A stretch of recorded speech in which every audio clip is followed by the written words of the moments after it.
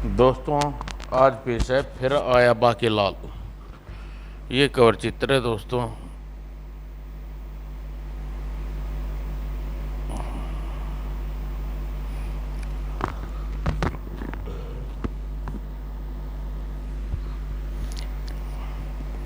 एक दिन प्रतापगढ़ के राजा प्रताप सिंह के महल के द्वार पर किसी ने बाहर से खटखटाया। खटखट खटखट। अरे, अभी तो हमने दातुन भी नहीं किया। द्वारपाल, सुबह सुबह कौन आ मरा? कोई भिखारी हो तो उसे कटोरे में रखी मुद्राएं छीन कर भगा देना। जो आज्ञा महाराज। उन मुद्राओं के बुने चने खरीद लाऊंगा, आपको पौष्टिक नाश्ते का जुगाड़ हो जाएगा। हाँ हाँ भैया, क्या काम है? मैं पड़ोसी देश का राजा डाकू सिंह हूँ। मेरे महल में शक्कर समाप्त हो गई है, कटोरा शक्कर मिलेगी? शक्कर न होने हो तो एक लोटा चाय ही दे देना। महाराज, महल में नहीं है, फिर कभी आना। ठीक है, कल आ जाऊंगा, लेकिन ब, अपने पटियाल महाराज से कहना महल में ही रहे भू। और अगले दिन दरबार खुला था, इसलिए बिना पूछे ही अंदर आ गया। महाराज, वाह वाह, क्या ठाट बाट है ही आपके। मेरा कपड़ा धोने का साबुन खत्म हो गया है, एक टिक्की हो तो देना। थोड़ा नील भी हो तो दे देना। कपड़े सुखाने की रस्सी आप बिना कहे ही दे देंगे ही। बाहर निकालो इसको। साबुन की एक टिक्की ही तो मांगी थी, फक्कड़ कहीं का। इन्हें अपनी बेइज्जती करवाता ही है, साथ में मेरी भी करवाता है। मन करता है कि दूं इसके मुंह पर दुलत्ती गुर्रिन। विशालगढ़ में महाराज, मैं पड़ोसी देश का राजा झाड़ू सिंह हूँ। थोड़ा अचार मिलेगा? आज रानी ने सब्जी नहीं बनाई, मैंने सोचा अचार के साथ रोटी खा लूँगा। हाँ हाँ अवश्य, किंतु आपको कौन सा अचार पसंद है? हमारे पास तो सभी तरह के अचार हैं, सब की तरह के थोड़े थोड़े कटोरे में डाल दो। अचार के नाम पर तो मेरी लार टपकने लगी है ही। आप यहाँ प्रतीक्षा कीजिए, मैं अभी आता हूँ अचार लेके। अवश्य अवश्य। सपना है मुझे सजना है। मेरा मतलब महाराज विक्रम सिंह के लिए जरा उल्टी लटे संवार लूँ। वाह वाह, मोटे की रानी तो बहुत सुंदर है ही। महाराज, ये लफंगा महारानी जी के कक्ष में ताक झाक कर रहा था, रंगे हाथों पकड़ लिया। एक पड़ोसी देश के राजा यह पड़ोसी देश के राजा झाड़ू सिंह हैं। तभी बाकीलाल वहां पहुंचा। आओ बाकीलाल, तुम बताओ इसके साथ क्या व्यवहार किया जाए? महाराज, मुंह काला करके गधे पे जूते की माला डालकर गधे पे बैठाकर इसको महल के बाहर कर दिया जाए। यह राजा है, इसलिए यह कार्य इसके साथ पूरी इज्जत के साथ किया जाए। थोड़ा सा झाक ही लिया, क्या हो गया राजा विक्रम सिंह? राजा झाड़ू सिंह से दुश्मनी तुम सबको महंगी पड़ेगी। अचार तो दे दो कम भक्तों। ढेचू ढेचू किसी का मुंह काला करके उसे मुझ पर इस तरह बैठाते हैं। वो फिर आ गया, फिर बेइज्जती करवा के निहन। बधाई हो महाराज, आपके शत्रु एक और शत्रु बढ़ गया ही। मेरा मतलब ऐसे दुष्ट राजा की यही सजा होना चाहिए थी। राजा झाड़ू झाकू सिंह के बारे में हमने भी सुना था। बाकीलाल, वो महलों में कुछ ना कुछ मांगने के बहाने ताक झाक करता है, परंतु हम अपने दरवाजे से किसी को खाली हाथ नहीं जाने देते, इसलिए अचार देने लेने महल के अंदर बुला लाया था। उस अपमान से राजा झाकू सिंह के तन बदन में आग लग गई। चमगादड़ की लार फड़फड़ फड़फड़ नाम का एक विषाणु होता है,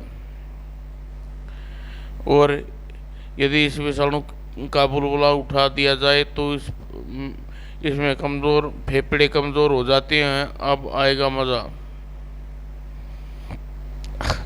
जब राजा सिंह विक्रम सिंह की और सभी सैनिकों के फेफड़े कमज़ोर हो जाएंगे, तब मैं अपनी सेना के साथ विशालगढ़ पर आक्रमण करके विशालगढ़ का तख्ता पलट दूंगा। हाँ हाँ। और अगली सुबह महाराज, गुप्त सूचना मिली है कि राजा झाड़ू सिंह ने विशालगढ़ पर आक्रमण करने की योजना बना रहा है। क्या? हाँ, वह वाह, यह तो बहुत खुशी की बात है। मेरा मतलब उसकी इतनी हिम्मत गुर्र। महाराज महल की छत पर चील कौवे इकट्ठा कीजिए। वह दुष्ट जब भी यहाँ आए तो उसके उसके शव पर महल पर रखवा कर चील कौवे उसकी दावत उड़ा दी है। महारानी तुम शांत हो जाओ, सेवक महारानी के लिए शीतल शरबत लाओ। जी महाराज। वो हप हप, महारानी जी शरबत लीजिए। सेवक तुम आप क्यों रहे हो? पूरा दिन इतनी मेहनत करता हूँ महाराज। हप हप। महाराज थोड़ा टांग ऊपर कीजिए, नीचे का फर्श पर पोछा लगा दूं। अरे सफाई कर्मचारी पोछा लगाते हो, तुम आप क्यों रहे हो? बोलो सत्यनारायण भगवान की जय।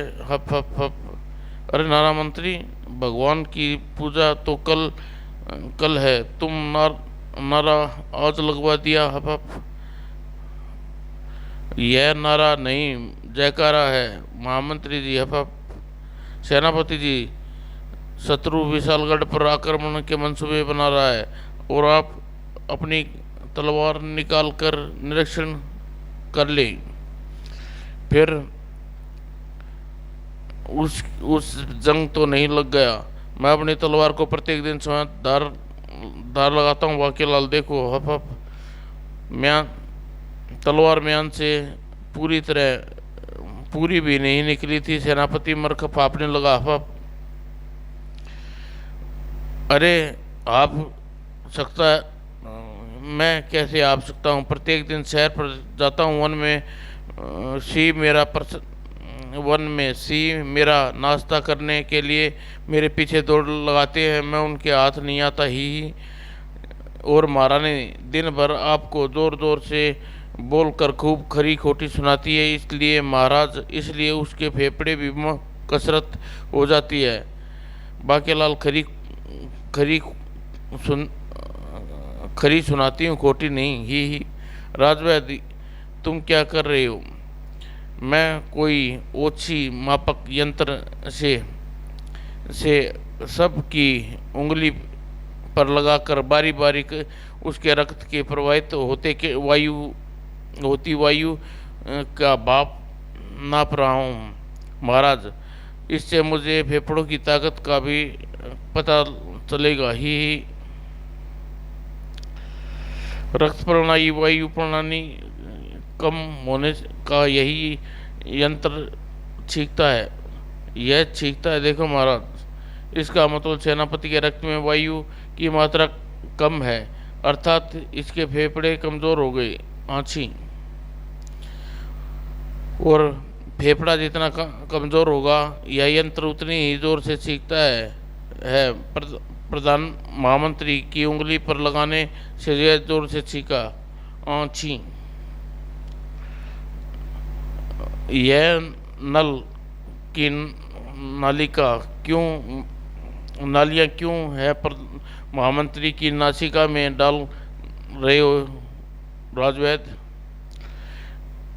इसके हत्थे को गढ़ने का मतलब ऊपर नीचे करने से बाहर की वायु खींचकर रोगी के फेफड़े में पहुंचाता हूँ।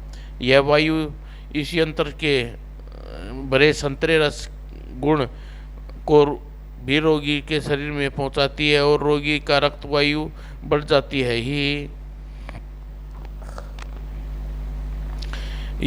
यह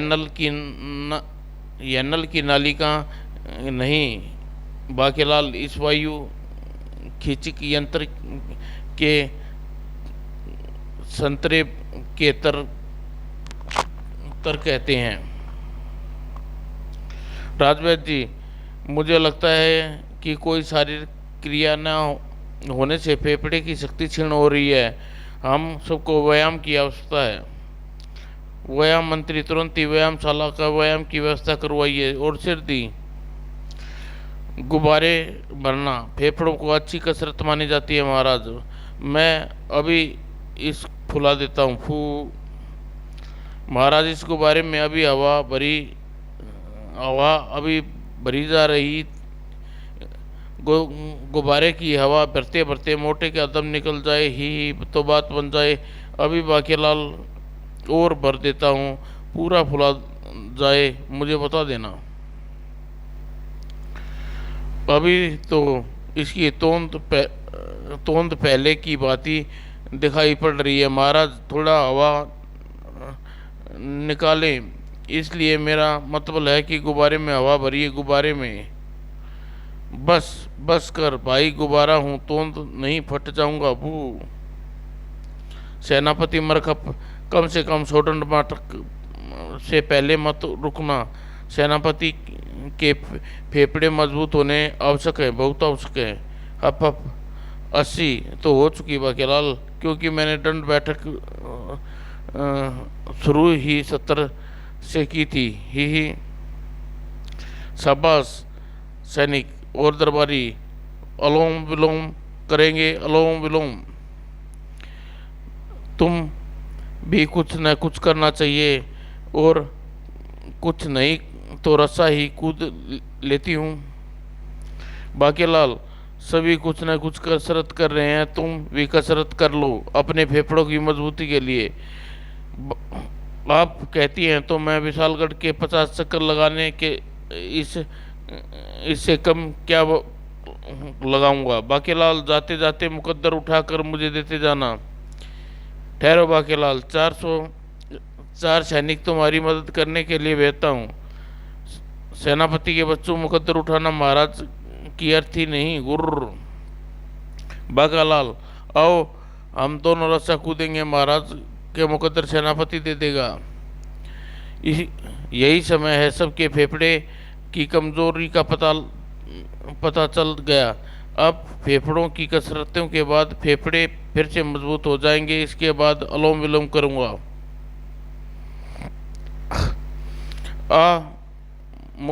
मुकालातों का मौसम आ गया। नमक वन में कहीं पर तन डोले मेरा मन डोले, हाय हृदय हो करारे, ये कौन बजाए बांसुरियाँ। इस मधुर संगीत, यह नागिन गीत कौन गा रहा है?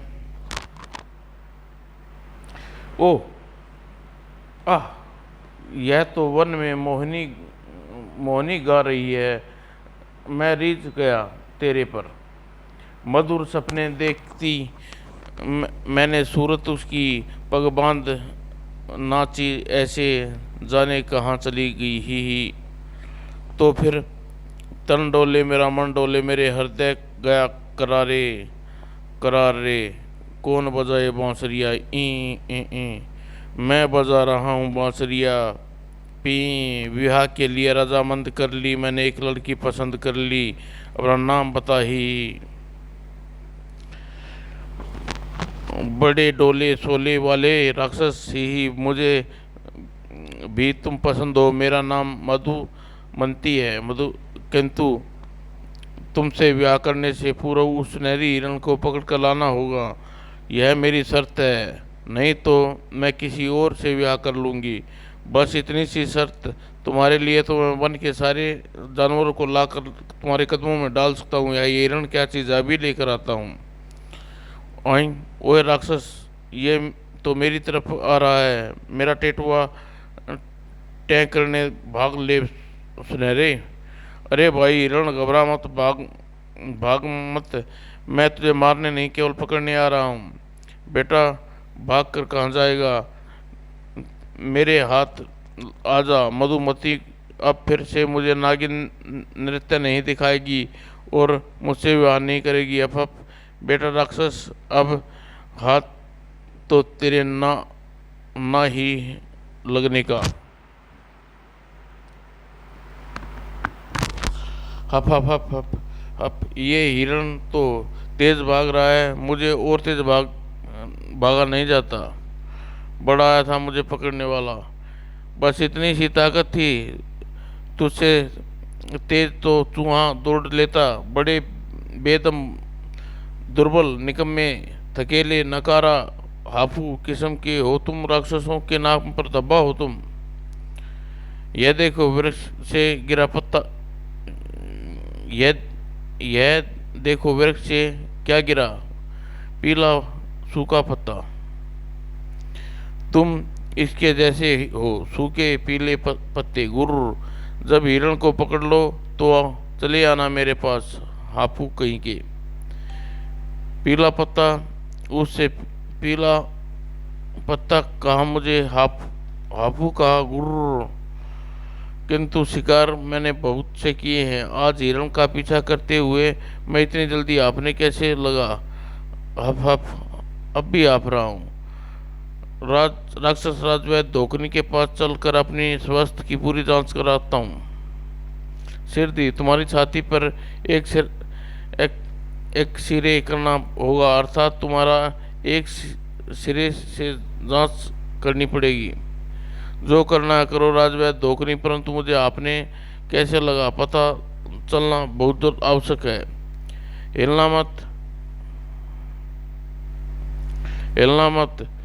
इस तने से आती सूर्य के तीव्र प्रकाश तुम्हारी छाती का एक्सरा करेगी ही, और तुम्हारे श्वास थमा रोग, दमादम मस्त कलेंदर रोग हुआ है, अर्थात तुम्हारे फेफड़े बर्बाद हो चुके हैं। तुम्हारे फेफड़े तुरंत बदलने होंगे, नहीं तो तुम्हारा दम भर और उधर मुंह फेरे हो, और दम भर जो इधर उधर मुंह फेरे हो जाएगा, और अर्थात तुम्हारी मृत्यु। परंतु मुझे अपने फेफड़े कौन देगा? यह तुम जानो। और राक्षस राक्षस तो नहीं, कोई नहीं देगा तुम्हें। राक्षसों की ताकत के मानव को मजबूत फेफड़े लाने होंगे। सिर दी, निर्णय कर लो। और मरीज अपनी बारी की प्रतीक्षा में बैठे हैं, उन्हें भी देखना है। परंतु जब तक मुझे किसी मजबूत मानव के फेफड़े नहीं मिल जाते, तब तक मेरा जुगाड़ तो कर दो, क्योंकि यदि मुझे फेफड़े लगाने में विलम्ब हो गए तो मधुमती से किसी दूसरे से विवाह कर लेगी, और इससे पूर्व मुझे हिरण पकड़कर उसे ला कर देना होगा।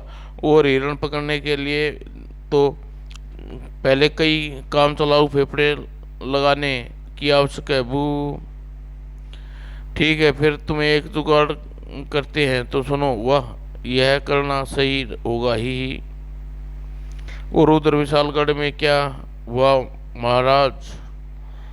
ओ बाकेलाल, लगता है मोटे की छाती में भयंकर पीड़ा उठ रही है। यमराज यहीं कहीं आसपास होने चाहिए।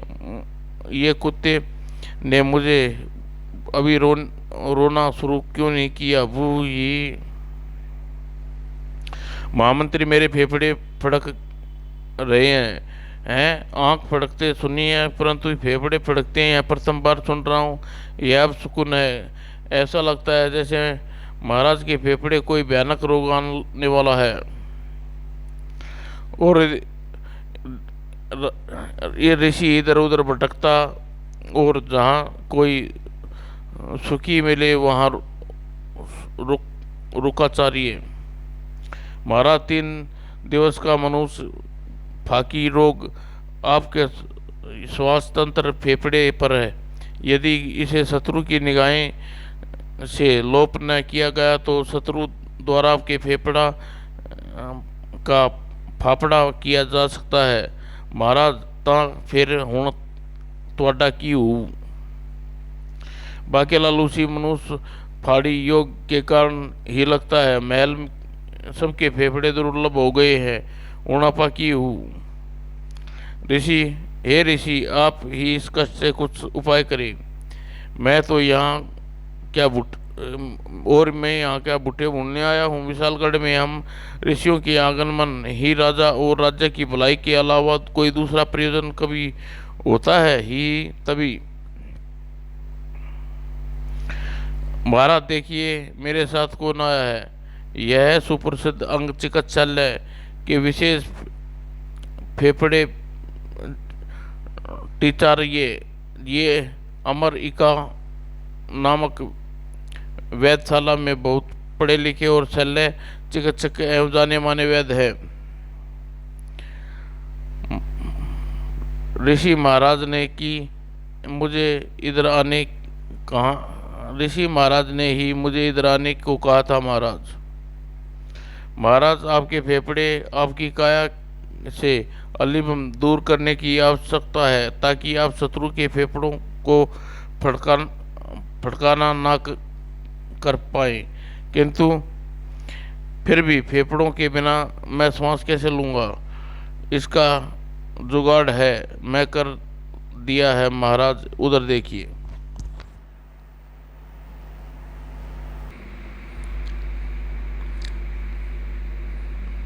महाराज, संकट टलने तक अपने फेफड़ों को आपके शरीर से निकाल दूंगा। संकट संकट समाप्त होने तक आप फेफड़े को कड़ी सुरक्षा रख सकते हैं, किंतु किंतु शत्रु को भ्रमित करने के लिए आपके शरीर में फेफड़े तो होने आवश्यक हैं, क्योंकि आपके फेफड़े ना मिले तो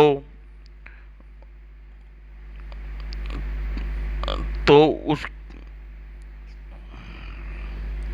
तो उनकी तलाश में पूरे विशालगढ़ को तहस नहस कर डालेगा। तो तब तक आपके फेफड़ों के संकट टल न जाता, तब तक आपके शरीर को किसी दूसरे के फेफड़े डाल दूंगा। किंतु उस प्राणी के फेफड़े आपके सांस नहीं ले पाएंगे, तो आप सांस कैसे लेंगे? आप श्वास संटीकर नामक यंत्र, इस चिकित्सा उपकरण की मदद से लेंगे।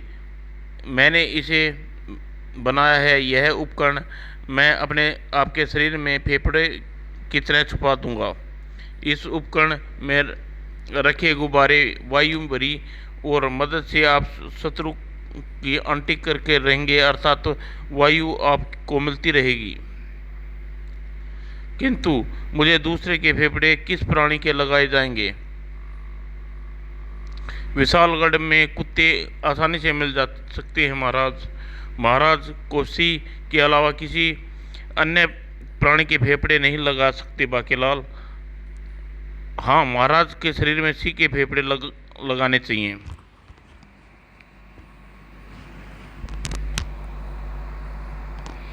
बाकीलाल, अति सिर जाओ और किसी सिंह का शिकार करके उसके फेफड़े लेकर आओ। ध्यान रहे कि बाकीलाल, यदि सिंह के फेफड़े न मिले तो तुम्हारे फेफड़े महाराज को लगा दिए जाएंगे। मैं अभी जाता हूँ बुढ़ू। और चल बादशाह, सिर लाने होंगे महाराज को नरबख्शी सिंह के फेफड़े। नहीं नहीं, कहीं मुझे अपने फेफड़े से हाथ धोना ना पड़ जाए। ही ना जाने सिंह का पासा, हाँ, सिंह के पासा ही नहीं हो जाने का शेर के पासा ही, हाँ नहीं तो। उसी समय वन में मन डोले तेरा तन डोले, हृदय गया करार रे, कौन बजाए बांसुरिया, मेरा मन भी डोले मेरा तन भी डोले, हृदय गया कटार रे, ही मैं बजाऊं बांसुरिया। तू फिर आ गया थकेले, आज गिरे सूखे पत्ते ही गुर्र, ऐसे ही नहीं आया, इस बार पूर्ण तैयारी के साथ ब्याह रचाने आया हूँ। तो फिर जा पकड़ कर ला वो सुंदर हिरण, जिंदा लाइयो। वह गया और यह देख ले आया जीवित, देखो यह जीवित है। ही बू छोड़ दे मेरी बीवी, मेरे बच्चे, 4 छोटे छोटे बच्चे हैं। वाह, तुम तो हिरण को पकड़ कर ले आए, क्या भागे हो तुम, जैसे सिंह भागता है हिरण के पीछे। हिरण, मुझे क्या करना है? हिरण का मुझे क्या करना है? मेरे पहले पति की मृत्यु फेफड़ों की कमजोरी से हो गई थी, इसलिए मैंने फेफड़ों की मजबूती की प्रतीक्षा ले रही थी। यह डाली मैंने वरमाला गले में। मधुमती मुझे मिल गई। इसी बात पर हम दोनों नागिन नृत्य करते हैं। और बाकीलाल वन में गुजरते से पूर्व बादशाह ने दीपट की हिन ना जाने शेर वाले वन में, कमबख्त वन में, अरे कमबख्त वन में चलना है। और शेर की दहाड़ म्याऊं म्याऊं। हिन दहाड़ घबराहट में स्वामी बिल्ली की म्याऊं म्याऊं को शेर की दहाड़ सुनाई दे पड़ रही है। ही म्याऊं म्याऊं म्याऊं। ओह, क्यों ना बिल्ली के ही फेफड़े ले जाऊं, उसको पकड़ना कोई मुश्किल नहीं, इसलिए ही मैं बिल्ली म्याऊं म्याऊं भी शेर की दाढ़ की तरह सुन रहा हूँ। ओह, यह बात है। हिन जाल तो मैं साथ लाया था, सी की दाढ़ इस वृक्ष के पीछे से आ रही है। मेरा मतलब बिल्ली की ही। मगर जैसे ही बाकीलाल वृक्ष के पास पहुंचा, अरे बाप रे, यह तो सी ही है। और अरे, हाथ में जाल, यह मुझे पकड़ने आया है। बू, भाग बेटा शेर। यह क्या? शेर तो मुझे देखकर भाग रहा है, इतना खौफ बढ़ गया है सी भी मुझे देखकर भागने लगे। किंतु यह क्या? यह तो भाग भी नहीं पा रहा, लगता है ये तबीयत ठीक नहीं है। ओ मारा पापड़ वाले को, अब इससे पहले कि यह भाग जाए मुझे यह जाल इस पर डाल कर इसे फांस लेना चाहिए। नहीं, मुझे मत जाने दो, मुझे एक शेरनी और 2 बच्चे घर पर इंतजार कर रहे हैं। अरे, यह ऐसे हाथ लग गया जैसे सचमुच ही शेर ना होकर बिल्ली हो। बादशाह, डर मत, जल्दी से आ। शेर तो घबरा कर मूर्छित हो गया। ही अब आएगा मजा। इस प्रकार कंधे पर उठा कर ले लाता देख मेरी सब ताकत हिम्मत का लोहा मान जाएंगे। ही पहले तो मैं तेरी ताकत का लोहा मान लूं। मैं हूँ डोले, मुझे चाहिए एक मजबूत मानव के फेफड़े, और तुम ही लगता है, क्योंकि शेर को पकड़ने के लिए किसी कमज़ोर फेफड़े वाले के बस का काम नहीं। राक्षस, मेरा नाम बाकीलाल है। मुझे देखकर मैं सी को बेहोश हो गया। मुझसे दूर रहे, दुष्ट राक्षस, रहता तेरी खैर नहीं। बू, यह गिदड़ धमकी से डर तो जाएगा ना। ये फेफड़े मुझे दे दे बाकीलाल। ही न, क्योंकि यदि मुझे तेरे फेफड़े ना मिले तो मेरी मृत्यु निश्चित है। हम दोनों में से अब एक ही जीवित रहेगा।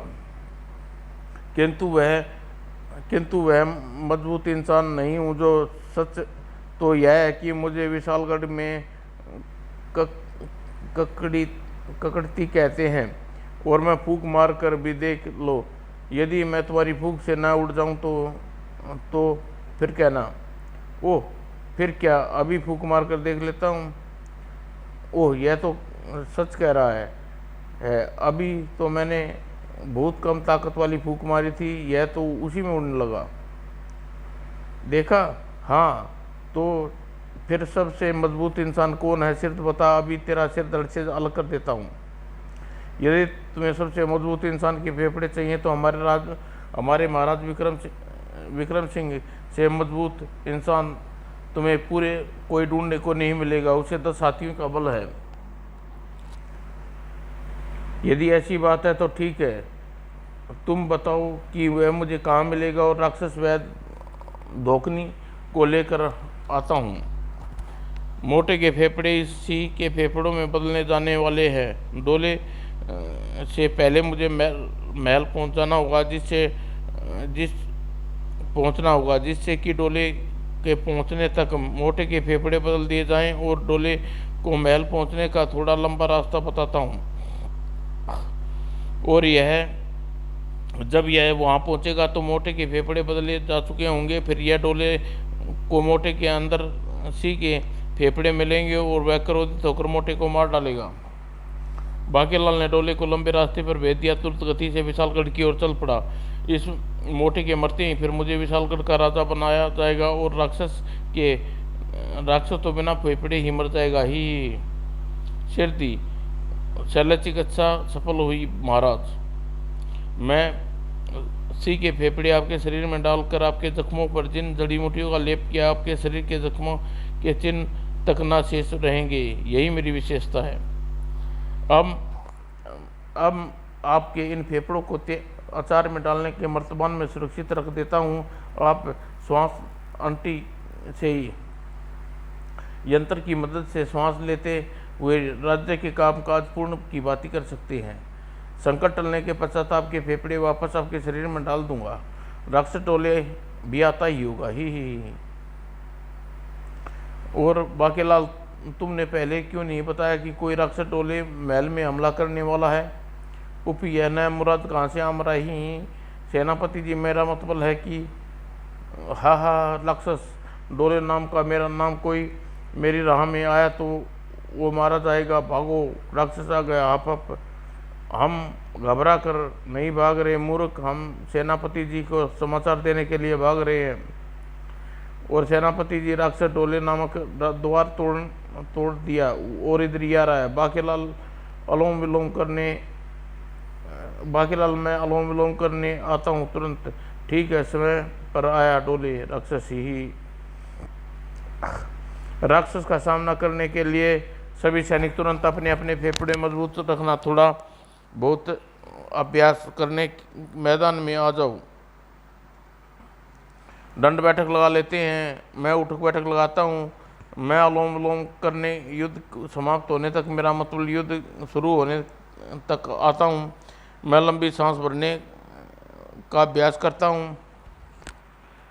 ये सब के सब फेफड़े की ताकत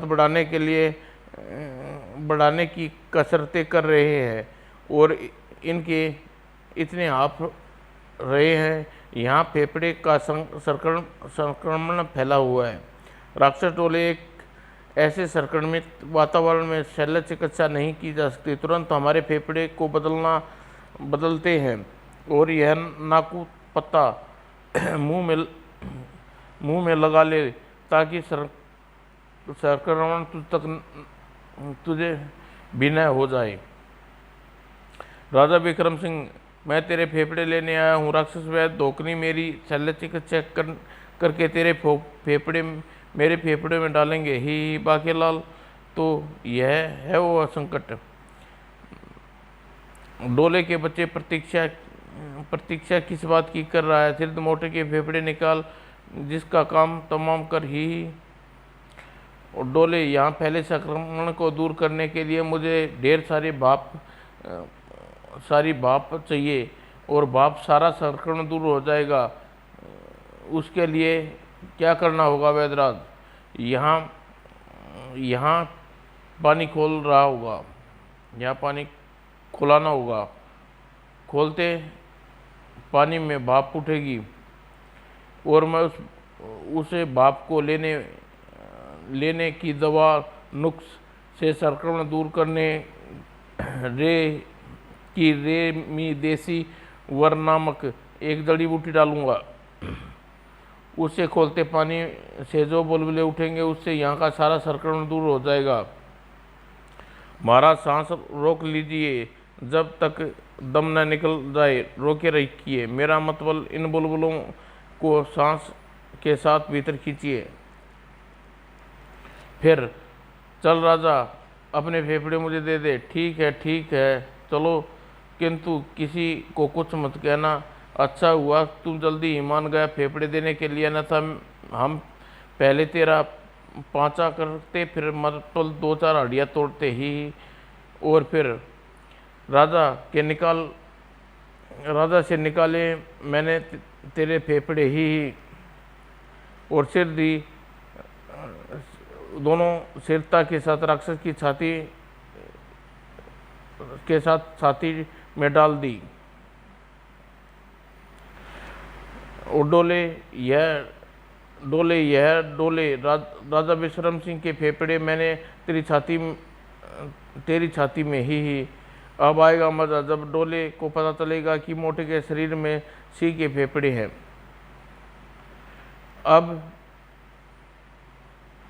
अब तुम दोनों उठो कर अपने खड़े हो जाओ, क्योंकि शल्य चिकित्सा सफल की। मैंने डोले के फेफड़े राजा के फेफड़ों से बदल दिए ही। और तभी मुझे चक्कर आ रहा है, मुझे सांस भी नहीं ली जा रही। भू, यह क्या यह नहीं हो सकता। मेरा शल्य चिकित्सा कभी असफल नहीं हुई। हुण आपा चलते सी, हुण आ मतलब मरते हैं। नहीं डोले, तू मर नहीं सकता। ओह मारा। बता राजा, यह क्या रहस्य है? मेरा मरीज डोले तेरे फेफड़े लगते ही मर कैसे गया? क्योंकि वो मेरे नहीं, एक से के फेफड़े थे जिसे बाकेलाल पकड़ कर लाया था। बाकेलाल को ऐसी की तरह म्याऊं म्याऊं तो नहीं कर रहा था? हाँ कर रहा था। ये तो तुमने क्या किया? डोले के फेफड़े उसी के फेफड़े में बदल दिए थे, क्योंकि मधुमती को रिझाने के लिए सी की फुर्ती से दौड़कर हिरण को पकड़ना था। सी में डोले के खराब फेफड़े थे। मैंने डोले के खराब फेफड़े तुम्हारे शरीर के फेफड़ों से बदलकर वापस डोले के शरीर में डाल दिए। इससे उसकी मृत्यु हो गई। हमारी श्वास संबंधित सभी समस्या दूर हो गई महाराज। हाँ, जड़ी बूटी बाप संक्रमण दूर होकर हम ठीक हो गए। तो फिर मुंह क्या देख रहे सैनिकों? दुष्ट राक्षस को भी मार डालो। यह तो उल्टी गंगा बह निकली। शेर से डोले के खराब फेफड़े अब अपना सिर बचाने के लिए मुझे दिखावे हेतु तलवार थामनी होगी। इसका सिर मैं काटता हूँ। मुझे क्यों मारते हो? मैं तो वैद हूँ। लड़ाई झगड़ाई मेरा काम नहीं है। मैं चला मधुमती को सूचना देने की वो विधवा हो गई है। कहाँ गया वह दुष्ट राक्षस डोले? मेरी तलवार उसका सिर धड़ से अलग करने के लिए उतावली है। डोले तो अब कब का मारा गया सेनापति। राक्षस वैद भी भाग गया। क्या मारा गया? अच्छा हुआ, अन्यथा बचता अब भी नहीं मेरे हाथों। परंतु महाराज, बाकेलाल डोले के आक्रमण का पहले से ही पता था। मैंने स्वयं अपने कानों से सुना बाकेलाल को कहते हुए, तुम्हारी इस बात की जांच हम अपने फेफड़े वापस पाने के बाद करवाएंगे सेनापति। वो महाराज, मैं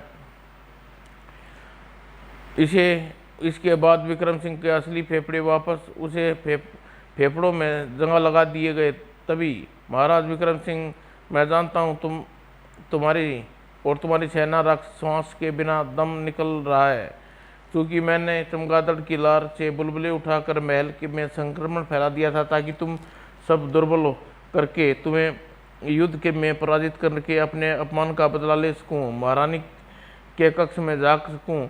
किंतु राक्षसों के भीतर जाते देख मैं रुक गया और उसके यहाँ से जाने की प्रतीक्षा कर रहा था। अब सब मरने के लिए तैयार हो जाओ। इस दुष्ट पर आक्रमण का उत्तर दो। बेटा बाकेलाल, अब इस युद्ध में तू भी अपनी तलवार का कौशल दिखाना होगा, क्योंकि युद्ध के पश्चात जब विक्रम सिंह सफाई मांगेगा तो डोले के आगमन की सूचना सूझ गई तरकीब की मुझे क्या कहना है। ही पहले आया राक्षस, फिर आया जाकू और फिर आया बाकेलाल का कोई सूत्र नहीं बचे। कहा सेनापति जी, समाप्त कर दे दोस्तों को। और दुष्ट राजा जाकू, हम भाप लेकर ठीक हो चुके हैं। अब तू मरेगा। क्या कहा? ठीक हो गई हो? ओह, तलवार भी गिर गई मेरी। मैं तो ऐसे ही कह रहा था महाराज, चाय पत्ती लेने आया था, युद्ध करने नहीं। सैनिकों तो मेरी सुरक्षा के लिए साथ आए थे, मुझे बहुत प्यार करते हैं ना, इसलिए इस बार मैंने महारानी जी के कक्ष में भी नहीं झाँका। बू सिर दी राजा जाकू अपनी सेना सहित वहाँ से भाग खड़ा हुआ। तब हाँ बाकेलाल, सेनापति जी कुछ कह रहे थे इस राक्षस डोले के विषय में, क्या सच्चाई है? महाराज, वो यह बात है कि राजा जाकू को हमले का पता चल गई थी। मैंने डोले को यहाँ भेजा था, क्योंकि यदि मैं उसे यहाँ ना भेजता तो फिर राक्षस धोखनी भाप के संक्रमण कभी दूर ना करता, और जिससे सभी सैनिक और सेनापति इत्यादि ठीक हो गए। यदि लोग ठीक ना होते तो जाकू हमें पराजित कर देता। वाह बाकेलाल, इस बात पर हमारा क्रोध पानी हो गया। आगले लग जा। गुर, यदि मुझे पता होता कि राजा झाकू आक्रमण करने आना है तो मैं राक्षस टोले को यहाँ क्यों भेजता। बोलो महाराज विक्रम सिंह और महारानी जी की जय, और बोलो फिर आए बांके लाल की जय। समाप्त दोस्तों।